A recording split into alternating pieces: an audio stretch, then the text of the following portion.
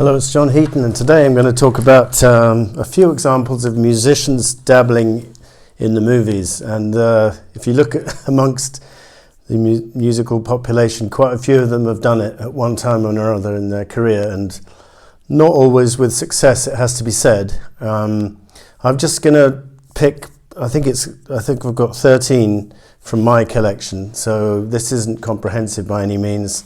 It's just what I have on DVD in my collection. And just before I get on to the top 13, or the ranked from bottom to top, I just want to take a few, to show you a few which I judged to be out of scope, because they were more like documentaries. Well, this particular one, the Beatles were not even involved with, so that was definitely out of scope. 8 days a week, and a very disappointing documentary that was. Martin Scorsese documentary on Bob Dylan, again, no involvement from Bob, so that wouldn't have counted. Same with the Harrison one from Scorsese as well. And Born to Boogie, which Ringo was involved in, I helped produce, I think, and starred in it. But it's just basically a glorified concert performance, so didn't count that. Didn't count another Scorsese one featuring the band's superb Last Waltz concert, but basically it's just a glorified concert video with a few interviews. This obviously is the jewel in the crown of all music documentaries, in my opinion, The Get Back, which we've just had the pleasure of coming out 15 or 14 months ago. And this is Neil Young's effort, which again, basically a concert with a bit of conceptual stuff in it, with the people dressed in the hoods and stuff with the shining eyes. But basically it's just him doing a few songs live. Same with this, Concert for George.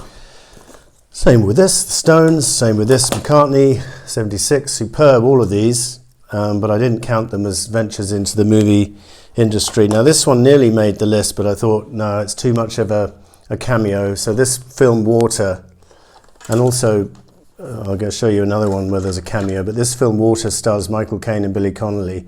And at the end, George Harrison, Eric Clapton appear, and with Mike Moran and Eddie Grant as well, playing at the end of the film. Worth checking out, quite an amusing film, not brilliant. And then same with The Life of Brian. I didn't include this because George Harrison's appearance is literally just a cameo, and blink and you'll miss it. And I just wanted to give a shout out to this superb film, I'm Not There, which is, who's it made by? Can't quite see who it's made by. Todd Haynes, I think it is. And what's remarkable about this is there's no less than 6 actors playing Bob Dylan throughout the various stages of his career. And that's very interesting, including Christian Bale, Cate Blanchett, Richard Gere, Heath Ledger.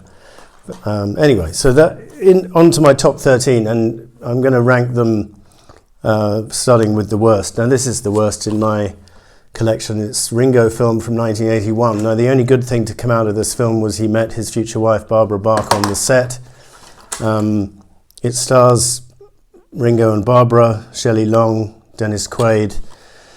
But I tell you, I've had this film in my collection for a good 25, 30 years, and I've never got through the whole of the film. It is just tedious beyond words. I haven't got a good word to say about it. I suppose it's quite interesting to see Ringo dressed up as a caveman, but not that interesting really. It sort of becomes tedious after a few minutes. Number 12, I don't have the DVD because I don't think it's actually been released on DVD, not surprisingly, because the soundtrack is just about bearable, because Paul's doing some tracks from his solo career and a few Beatles tracks.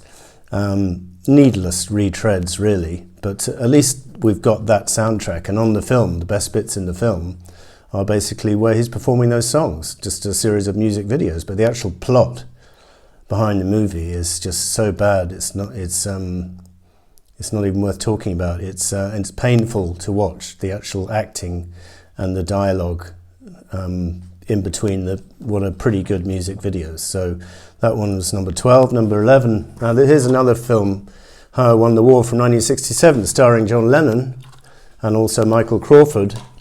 And I've had this in my collection for a similar amount of time to Caveman, and I've never got all the way through it. It is just a very boring film. Sorry for all those people who out there who like it, but I don't rate it at all. And it's made by Dick Lester, who made Hard Day's Night and Help, so he had a good track record behind him.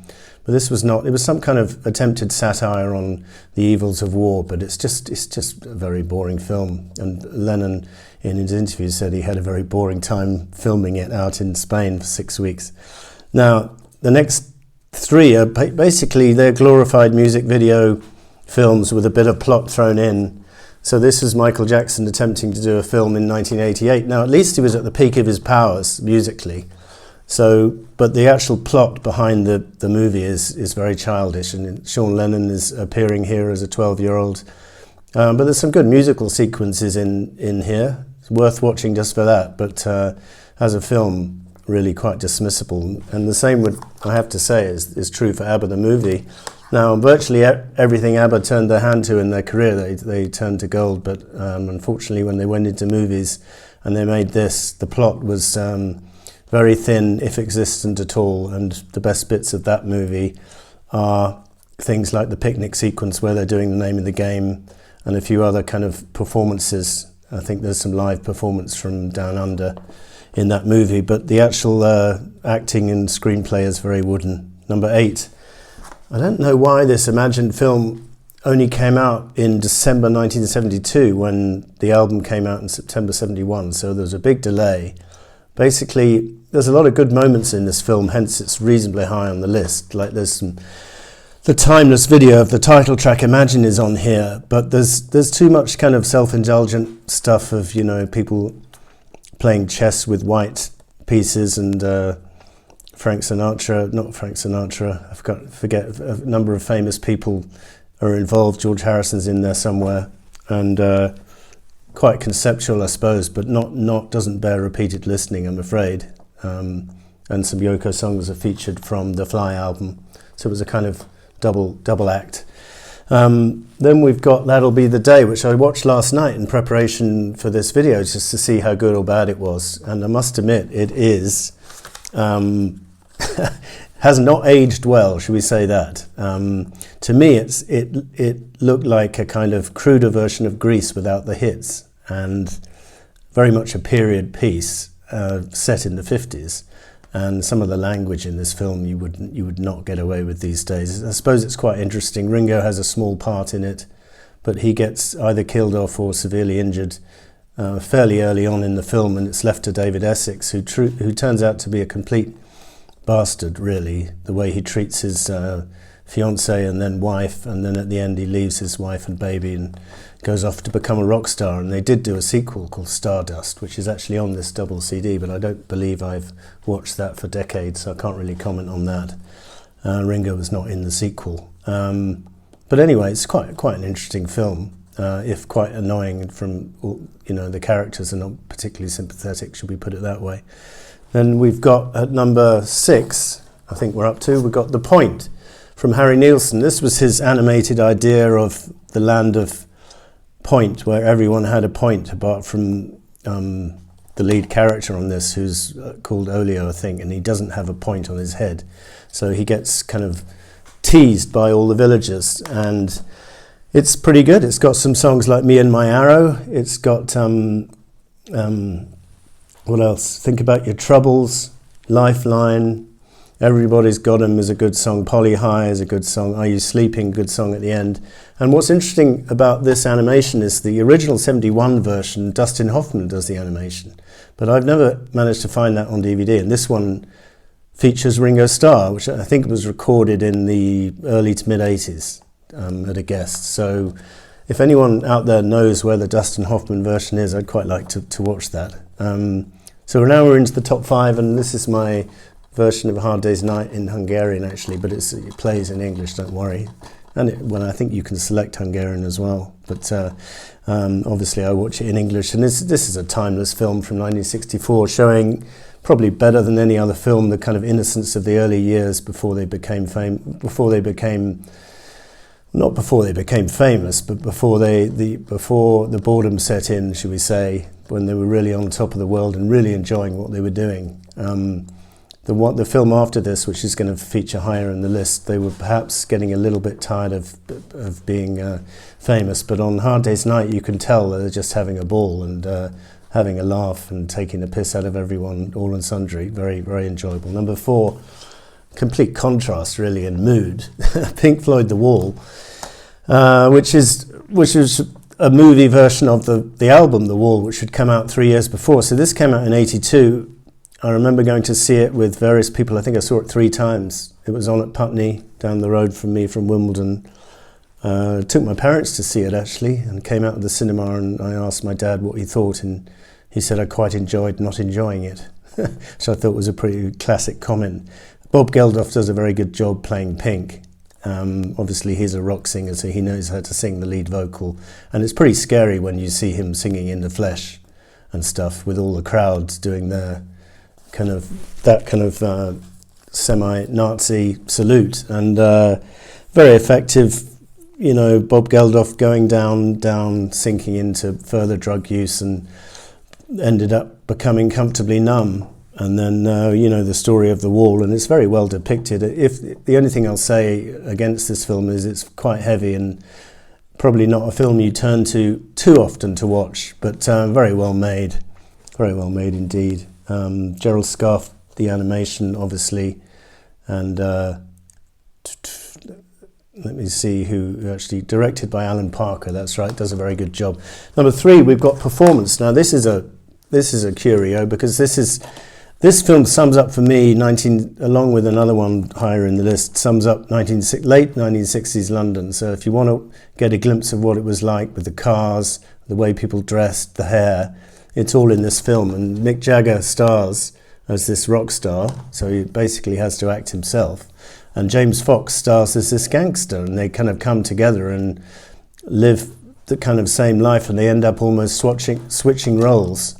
And it's very interesting. And the Anita Pallenberg, who was girlfriend of Brian Jones and then Keith, is also in this film. And some of the sex scenes apparently were not actually.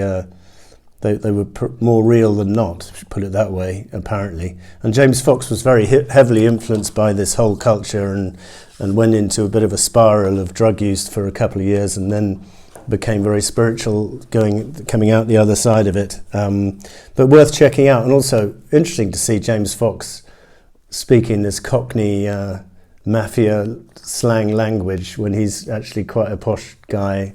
He used to live 2 doors from my parents in Wimbledon, and so I bumped into him occasionally, and he's public school posh kind of thing, and in this film he's Mr. Turner. He's a bit of a mafia type, so that was interesting. Number 2, we've got The Magic Christian. Well, this is a big favourite of mine. Admittedly it's not brilliant all the way through, but it's got enough moments in it just to bear repeated listening. It's a good one to play when you've had a few drinks or whatever. And Peter Sellers is in it along with Ringo, and a whole host of guest artists such as Michael Aspel, Spike Milligan, John Cleese, Raquel Welch. The list is endless. It really is a potpourri of TV stars of the time, or who were to become big TV stars in the future. And, the classic If You Want It, Come and Get It song is in it from Badfinger, written by McCartney, when all the businessmen are diving into the swimming pool, which had been filled up with manure and feces, and then they poured all this money onto it, and all the businessmen dived in to try and get the money. So a bit of a kind of moral thing going on about everyone has their price. Very, very enjoyable film. If not all the way through, then about 80% of it is good, in my opinion. Number 1, can you guess? I'm going to go with Help, because it's the Beatles in glorious Technicolor, more or less at the peak of their powers, as a Fab Four anyway, before they went psychedelic, and some great songs in here. Part of it filmed in the Bahamas, which I was lucky enough to visit, Paradise Island, where they filmed some of the scenes at the end, with Mal Evans coming out of the sea and saying which way to the White Cliffs of Dover. And then Another Girl, which was filmed on a small island just off Bahamas, or just off Nassau, I didn't actually get to visit that island, but that video was filmed there. And then they went to the Swiss Alps and filmed the Ticket to Ride sequence in the snow with the piano, so to make a nice contrast. And then I think I Need You was filmed at Salisbury Plain with all the tanks and stuff. So good use of location footage, and just great to see the Beatles pretty much happy-go-lucky, probably stoned out of their heads as they were recording it. Doesn't show too much. Good fun script and ahead of its time with all this, futuristic kind of anticipating some of the kind of Batman stuff of the future, or the stuff, some of the stuff which would follow in the 70s and early 80s. I think this was ahead of its time, and it makes a very enjoyable watch. So this was 13 of films in my collection, ranked from bottom to top in terms of how successful I think they were. You don't have to agree, it's just my opinion. Thanks for watching. We'll see you next time.